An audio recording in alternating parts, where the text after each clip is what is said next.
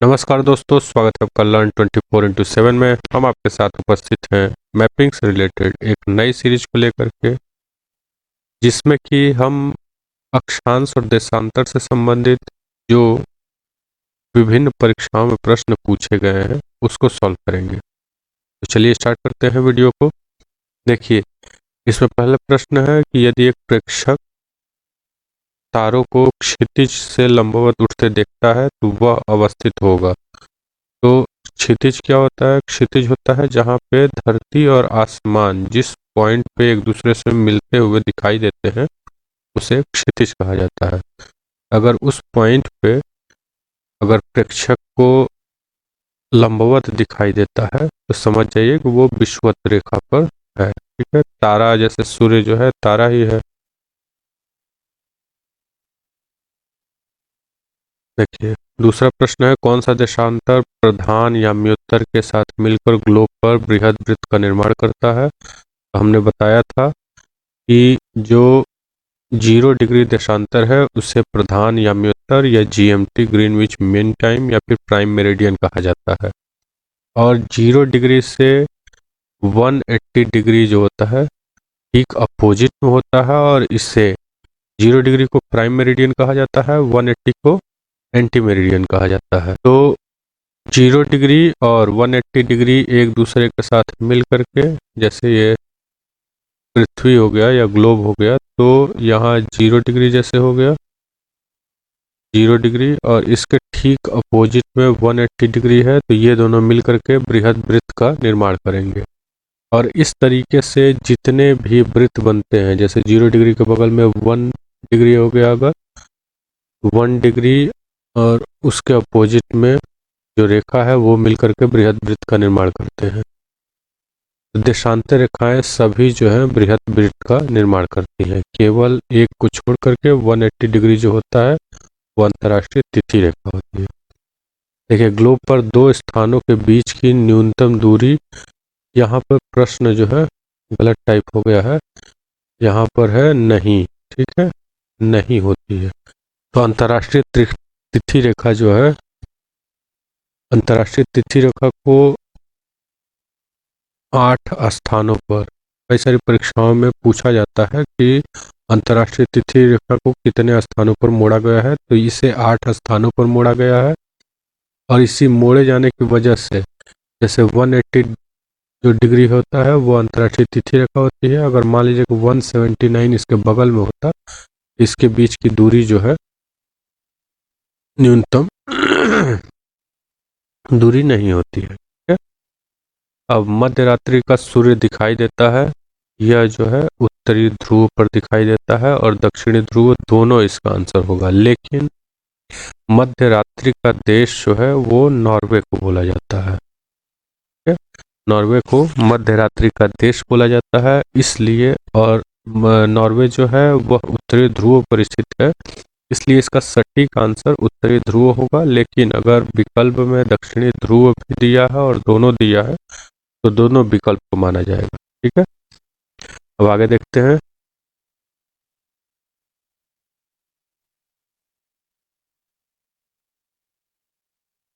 जिस अक्षांश पर वार्षिक तापांतर न्यूनतम होता है वह होता है भूमध्य रेखा, जिसे 0 डिग्री अक्षांश भी बोलते हैं। इसके अलावा विषुवत रेखा भी बोलते हैं, या फिर इक्वेटर भी बोला जाता है। ठीक है, लाइन ऑफ इक्वेटर। यहाँ पर पूरे वर्ष सूर्य की किरणें लगभग सीधी पड़ती है, इसलिए यहाँ पर वार्षिक तापांतर सबसे कम होता है। दिन रात जो है पृथ्वी के घूर्णन की वजह से होता है, और सूर्य के चारों ओर परिक्रमा करने की वजह से पूरे वर्ष भर में 365 दिन होते हैं। ठीक है, एक स्थान को की एक स्थान की जो सही अक्षांशीय स्थिति हो सकती है, तो देखिए हमने बताया था कि 0 डिग्री जो होता है 0 डिग्री के उत्तर साइड में 90 डिग्री तक केवल जाता है, और दक्षिण में भी 90 डिग्री तक जाता है। ये 91, ये गलत हो गया, 91 डिग्री और 91 91 डिग्री पश्चिम, ये अक्षांशीय विस्तार न होकर के ये देशांतरीय हो गया। और यह भी जो है वो देशांतरी विस्तार हो गया। पूर्व और पश्चिम जो है देशांतरी विस्तार। अतः इसका 9th का जो आंसर होगा वो 45 डिग्री दक्षिण होगा। चलिए अब आगे बढ़ते हैं।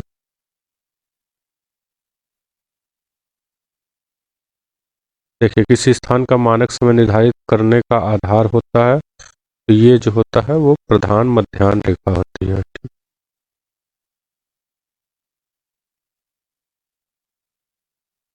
ये प्रधान मध्याह्न रेखा होती है।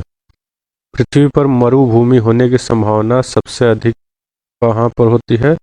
23 डिग्री अक्षांश के आसपास।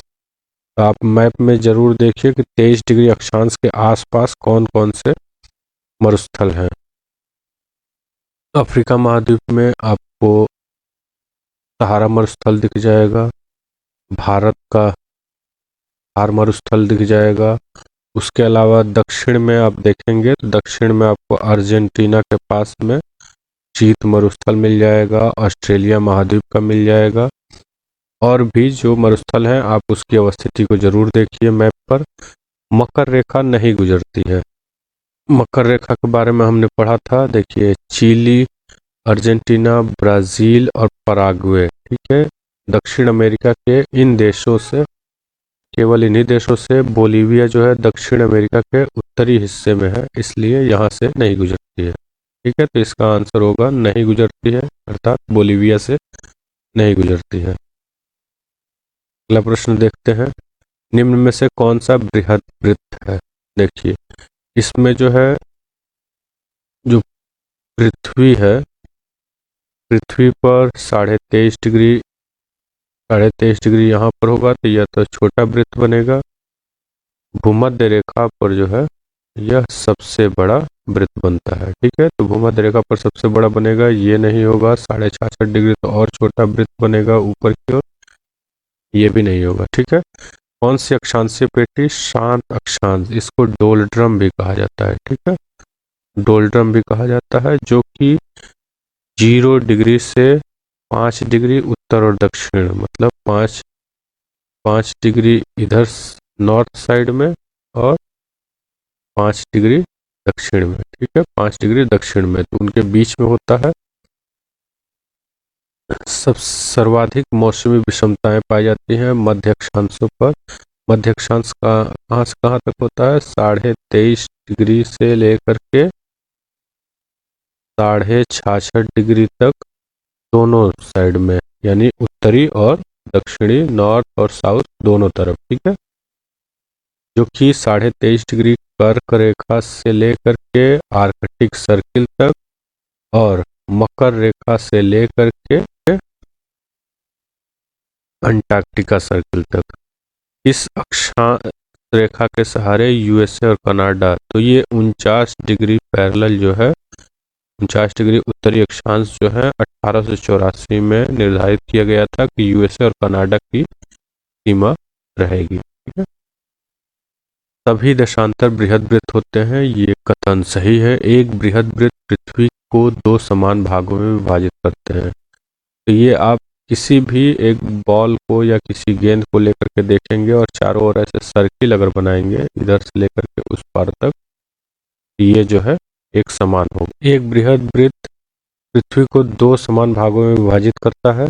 इसमें आपने देखा होगा कि जैसे कोई बॉल अगर लिया जाए तो बॉल के चारों ओर अगर सर्किल किया जाए, एक ही लाइन को पीछे तक अगर किया जाएगा तो सभी एक दूसरे के बराबर होंगे और यह बॉल जो है 2 भागों में बटेगी। ऐसे ही पृथ्वी भी एक गेंद के समान है, इसलिए इसमें कथन और कारण दोनों सही होगा। कथन कारण की सही व्याख्या करता है। अब ये डोलड्रम हम लोग देखे हैं, ये 5 डिग्री साउथ नॉर्थ से लेकर के 5 डिग्री साउथ के बीच में होता है, ठीक है। पृथ्वी के 5 डिग्री नॉर्थ से लेकर के 5 डिग्री साउथ के बीच का जो हिस्सा होता है उसे शांत अक्षांश या फिर डोलड्रम कहा जाता है, ठीक है। उत्तरी गोलार्ध में भूधरातल अधिकतम है। भूधरातल अधिकतम कहाँ पर है? यह जो है 40 से 50 डिग्री उत्तरी अक्षांश के मध्य है, ठीक है। आप जब पृथ्वी को देखेंगे, पृथ्वी पर मानचित्र को देखेंगे, तो मानचित्र पे आपको दिखाई देगा कि जो 40 से 50 के बीच में जो हिस्सा है, 40 डिग्री से लेकर के 50 डिग्री के बीच का जो हिस्सा है, वहाँ पर आपको धरातल ज़्यादा मिलेगा और समुद्र का हिस्सा, ओशन का हिस्सा कम मिलेगा। ठीक है, फिर भारत अवस्थित है। भारत जो है 8 डिग्री 4 मिनट उत्तरी अक्षांश से लेकर के 37 डिग्री 6 मिनट उत्तरी अक्षांश और 68 डिग्री 7 मिनट पूर्वी देशांतर से 97 डिग्री 25 मिनट पूर्वी देशांतर तक के बीच में अवस्थित है। निम्न में से किस प्रांत से होकर के कर्क रेखा गुजरती है? तो कर्क रेखा किन राज्यों से होकर गुजरती है? उसके लिए है मित्र पर गमछा झार, ये ठीक है। इसमें मी से मिजोरम, त्र से त्रिपुरा, तो यहाँ पर केवल किस प्रांत से होकर गुजरती है? इसके लिए सिंपल केवल मिजोरम हो गया, बाकी राज्यों से, मेघालय, महाराष्ट्र, इन सब से नहीं गुजरती है। भारत ने नई सहस्राब्दी के सूर्योदय की पहली किरण देखी थी, तो 2 डिग्री 30 मिनट ये भारत में अवस्थित ही नहीं है। 92 डिग्री 30 मिनट पश्चिम, ये भी भारत में स्थित नहीं है।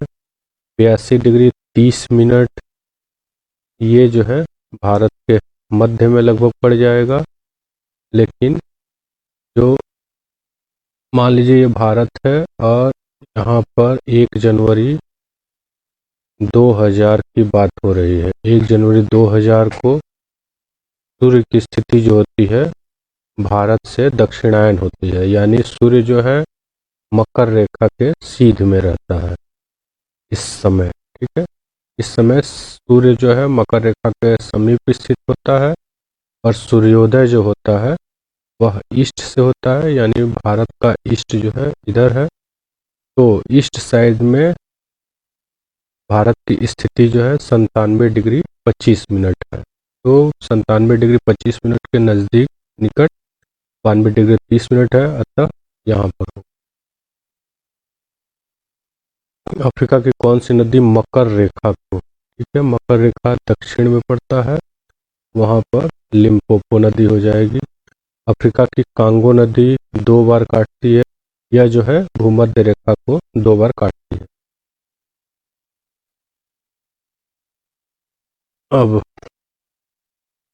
इसके बारे में देख लीजिए, सागरों से ऊपर 30 से 35 डिग्री उत्तरी और दक्षिणी अक्षांश पर विद्यमान 2 कटिबंध होते हैं, हॉर्स लैटिट्यूड होता है। हॉर्स अक्षांश निम्न दाब नहीं होते हैं, उच्च दाब कटिबंध होते हैं। ठीक है, उच्च दाब कटिबंध में स्थित होते हैं।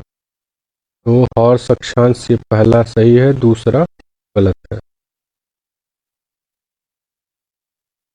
निम्नलिखित में से किस स्थान के अक्षांश तथा देशांतर क्रमशः, यह जो है दिल्ली है। आप लोग एक बार मैप में जरूर देख लीजिएगा। निम्नलिखित में से कौन सा एक ग्लोब पर बृहद वृत्त नहीं है? ठीक है, बृहद वृत्त यह होगा, विषुवत रेखा होगा, देशांतर की सारी रेखाएं होंगी, जो भी देशांतर रेखा होगा सभी होंगी, मुख्य देशांतर रेखा भी होगी, लेकिन 60 डिग्री उत्तरी अक्षांश नहीं होगा।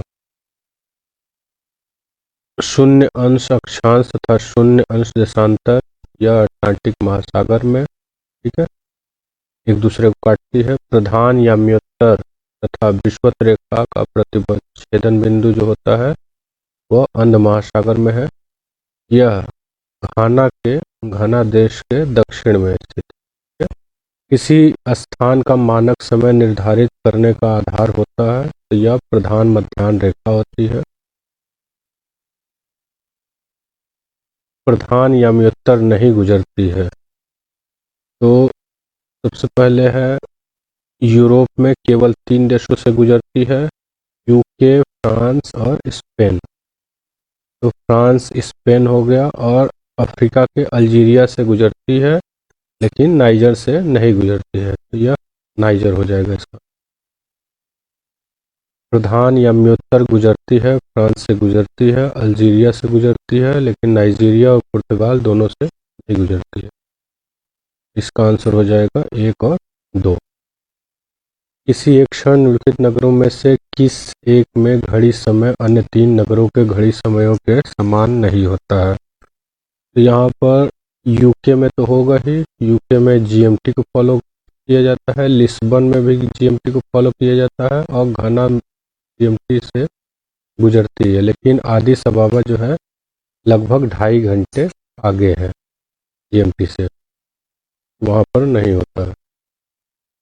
ग्रीनविच की देशांतर रेखा से पूर्व या पश्चिम में स्थित होने के आधार पर निम्नलिखित देशों का मानक समय ग्रीनविच समय के हिसाब से क्या होगा? देख लीजिए, ये हो गया जीएमटी, ठीक है, ये ग्रीनविच मीन टाइम हो गया बीचों बीच। इससे सबसे अधिक दूर है हमारा जापान, ठीक, यहाँ पर जापान है।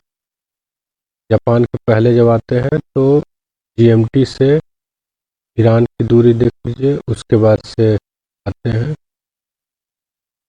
ग्रीस, ठीक है, ग्रीस के बाद अब जीएमटी से इधर साइड में आते हैं तो ये माइनस में होता चला जाता है, यहाँ पर प्लस लगभग 10 घंटे, फिर प्लस इराक 4 आवर्स, 4 घंटे आगे है इराक, 4 घंटे आगे। उसके बाद से क्यूबा, यहाँ पर हमको क्यूबा मिलता है, क्यूबा जो है -5 आवर्स, और कोस्टा रिका यहाँ पर है, ये है -5.5 घंटे, ठीक है, 5.5 घंटे। तो यही क्रम हो जाएगा इसका। तो इसका हो जाएगा 5, मतलब पहले जापान, फिर इराक, फिर ग्रीस, फिर क्यूबा, फिर कोस्टा रिका, ये क्रम हो जाएगा। अंतर्राष्ट्रीय तिथि रेखा जो है प्रशांत महासागर से होकर के गुजरती है, जो कि एक तरफ में अलास्का है, एक तरफ में बेरिंग सी है, तो बेरिंग सी के समानांतर यह गुजरते हुए जाती है।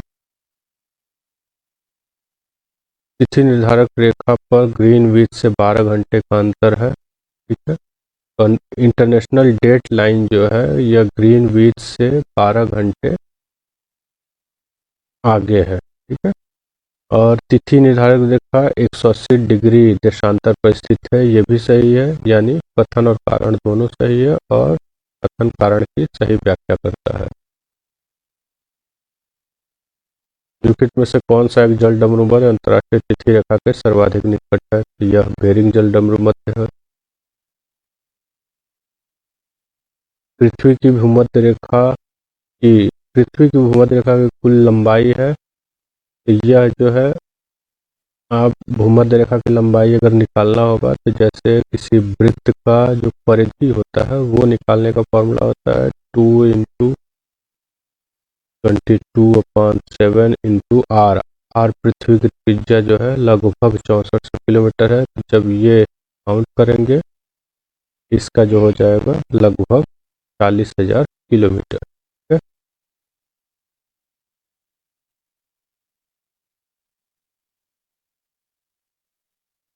तो निम्नलिखित समूहों में से के किस एक के देशों में से भूमध्य रेखा गुजरती है? कोलंबिया, केन्या और इंडोनेशिया, ठीक है।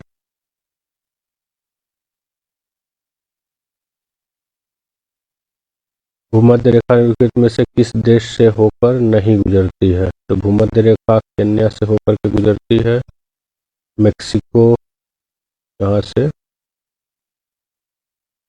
कर्क रेखा गुजरती है, तो यह हो गया।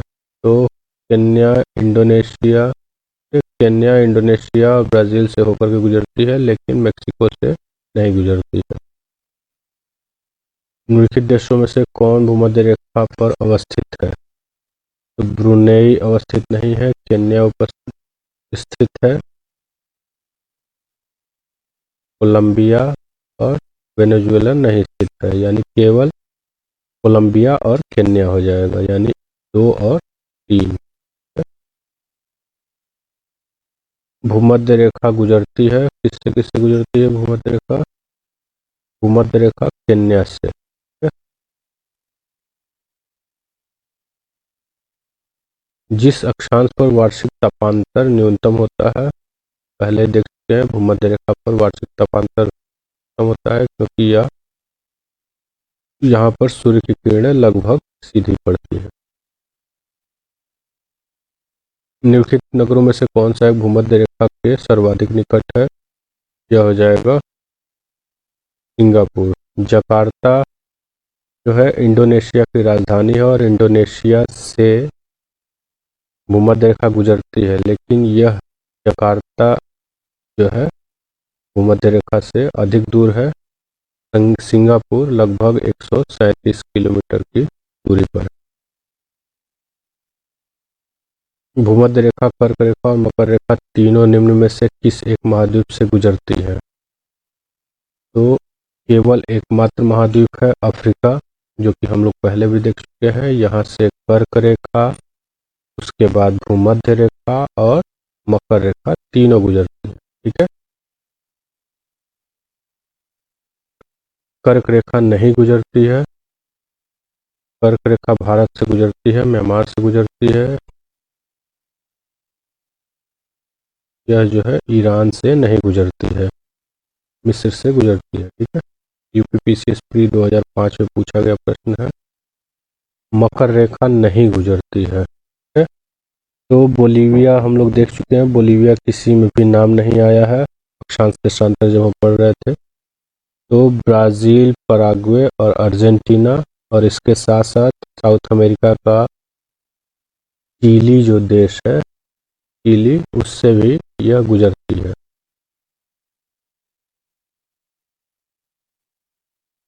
निम्नलिखित देशों पर विचार कीजिए: ऑस्ट्रेलिया, नामीबिया, ब्राज़ील, चिली। इन देशों से होकर के मकर रेखा गुजरती है। चिली से गुजरती है, ब्राज़ील से और नामीबिया, ऑस्ट्रेलिया। मतलब इसका चारों विकल्प सही है। 1 2 3 4 सभी।